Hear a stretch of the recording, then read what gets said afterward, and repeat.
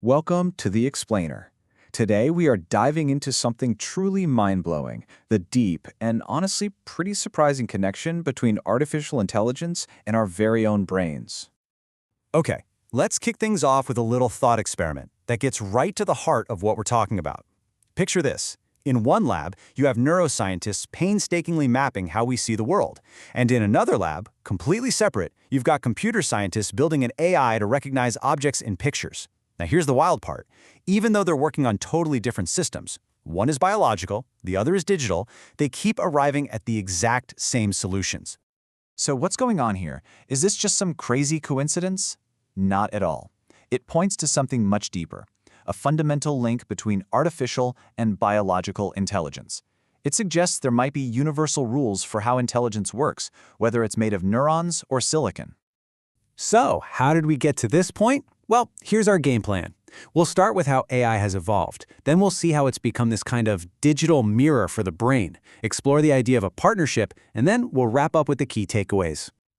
First things first, we've got to jump in the time machine and go back a bit, because the whole idea of AI hasn't always been about learning.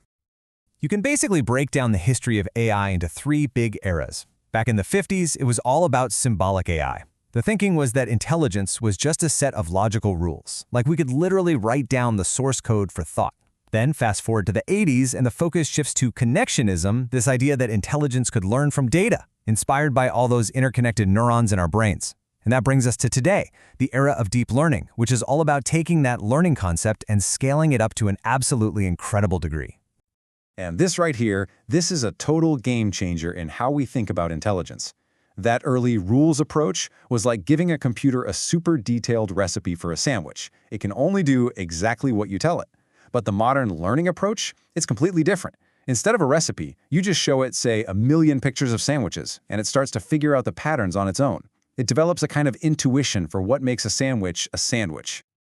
Now, the absolute peak of that early rule-based thinking was something called an expert system. These were programs designed to be specialists, to mimic the knowledge of a human expert in one very specific field, like a doctor or a geologist. And this just illustrates it perfectly. There was this system called Mycin that could diagnose bacterial infections by following this massive, rigid flowchart of if-then logic. It was impressive for sure, but also incredibly brittle. I mean, it had absolutely zero common sense. If you told it the patient's car broke down, it wouldn't have a clue. It really proved that human intelligence is so much more than just following a big list of rules. Okay, that brings us to our second big idea, and this is where things get really fascinating. It's how modern AI has, almost by accident, started to create a digital mirror of the structures inside our own heads. So let's take a look at how a modern AI actually sees. It uses something called the convolutional neural network, or CNN, which works in layers, building up its understanding from the ground up. You know, the first layers spot really simple things, like edges and colors. The next layers combine those into basic shapes. And the final layers put it all together to recognize a whole object, like a person's face. Okay, you ready for this? Here's the truly astonishing part. That's almost exactly how our own visual system works. Our brains process images in this same hierarchical way, starting with simple edges and building up to recognizing whole objects. I mean, think about what that means. It suggests that for a super complex problem like vision, there might just be one optimal solution, and both biology, through millions of years of evolution, and human engineering found it independently. Wow. This crazy convergence doesn't just stop at vision, it also pops up in how we learn from, trial and error. In AI, there's this really key concept called prediction error. It's basically a whoa, that's not what I expected signal. It's the mathematical difference between what an AI thought it was going to get for doing something and what it actually got. All right, so here's the kicker. When neuroscientists looked at dopamine neurons in our brains, guess what they found? They fire in patterns that precisely match that exact same prediction error algorithm. You know that little burst of pleasure or satisfaction you get when something unexpectedly good happens? That's a dopamine hit. That mathematical signal that's training an AI is physically present in our brains, guiding how we learn. It's incredible. So if these systems are starting to learn in ways that echo our own biology, it naturally leads to our third big idea. We really shouldn't think of AI as some kind of competitor. Instead, we should see it as a different kind of intelligence, with its own unique strengths. A cognitive partner, if you will. You can see here, the two types of intelligence have totally different superpowers, right? We humans are great at common sense, at understanding why things happen, and at learning from just one or two examples.